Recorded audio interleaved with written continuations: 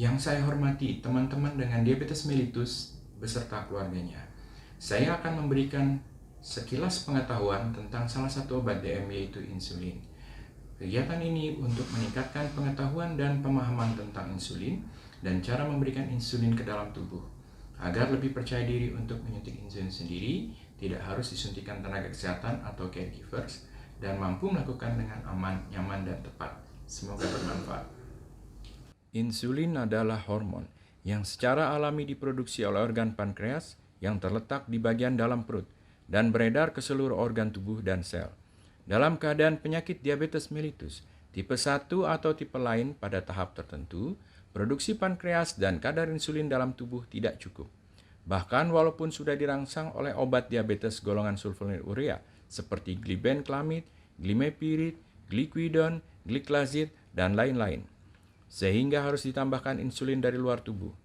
Kebutuhan akan insulin ini dapat bersifat relatif atau sementara, yaitu beberapa hari saja hingga beberapa bulan. Pada kondisi tubuh tertentu, kebutuhan insulin bersifat mutlak atau seterusnya. Dalam situasi rawat jalan, insulin diberikan dalam bentuk suntikan subkutan, artinya ke jaringan bawah kulit. Karena suntikan memberikan insulin secara lebih pasti dan stabil, sedangkan bentuk tablet atau kapsul yang ditelan belum dapat diproduksi di dunia, dan bentuk insulin yang dihisap melalui hidung belum beredar di kita. Ada istilah tidak kenal maka tak sayang. Kenali insulin yang sedang kamu pakai dan hafalkan. Seperti halnya saat kamu akan meninggalkan motor, mobil kamu di tempat parkir suatu gedung. Tentu kamu akan menghafal merek, tipe, dan plat nomor mobil atau motor kamu. Pahami 4 hal. 1.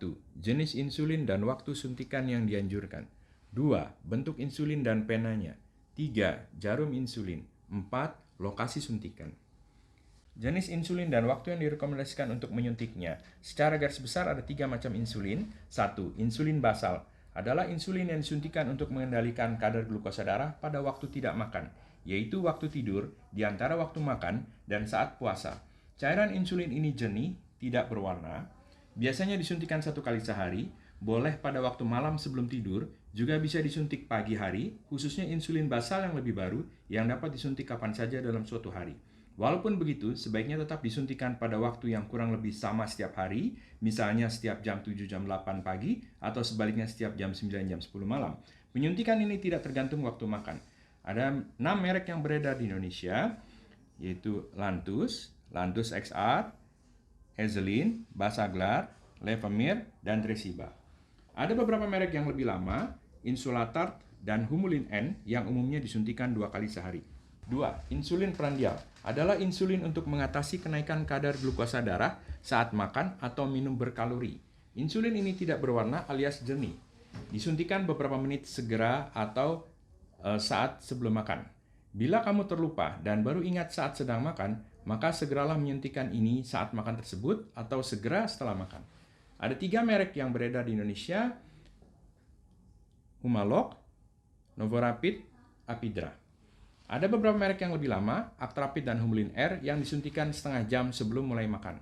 Insulin basal dan prandial, keduanya boleh disuntikan pada saat yang bersamaan, dengan syarat lokasi kedua penyuntikan diberi jarak beberapa jari. 3. Insulin premix adalah campuran antara insulin prandial ditambah bahan NPH yang membuat pelepasan dari jaringan di bawah kulit ke dalam pembuluh darah lebih lambat, sehingga insulin bekerja lebih lama dalam darah tetapi lebih halus. Insulin campuran ini mudah dibedakan karena terdiri dari cairan jernih dan bagian seperti bubuk putih yang nanti akan bercampur setelah pena digulingkan atau diayun-ayunkan. Biasanya insulin premix disuntikkan 2 kali sehari, segera sebelum makan pagi dan segera sebelum makan malam. Tetapi bisa juga disuntikkan 1 kali sehari dahulu sebelum salah satu makanan yang paling banyak kalorinya atau paling tinggi kadar glukosa darah dalam sehari. Kadang-kadang juga perlu disuntikkan 3 kali sehari sebelum setiap makan besar.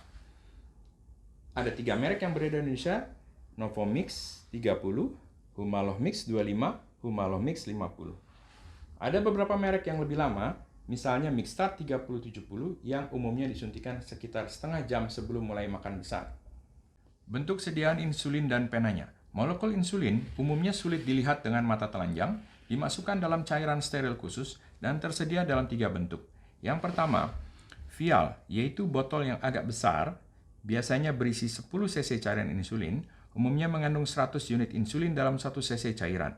Insulin disedot dari vial dengan menggunakan jarum suntik khusus insulin, lalu disuntikan ke bawah kulit menggunakan jarum suntik tersebut.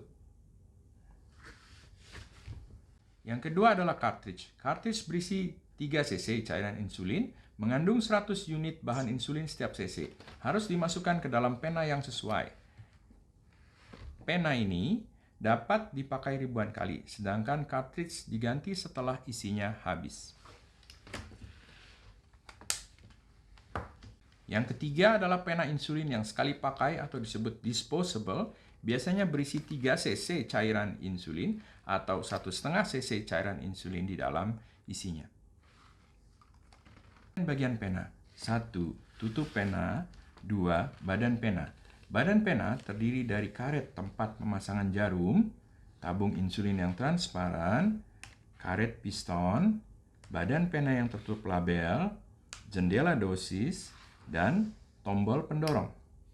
Karet piston adalah bagian pena yang pada awal penggunaan tertutup oleh badan pena, kemudian dengan penggunaan berulang, jumlah insulin yang terdapat di dalam tabung plastik akan berkurang, karet akan mulai tampak di bagian yang transparan, dan semakin dekat jarak antara karet dengan tempat pemasangan jarum, berarti semakin sedikit insulin yang tersisa di dalam pena.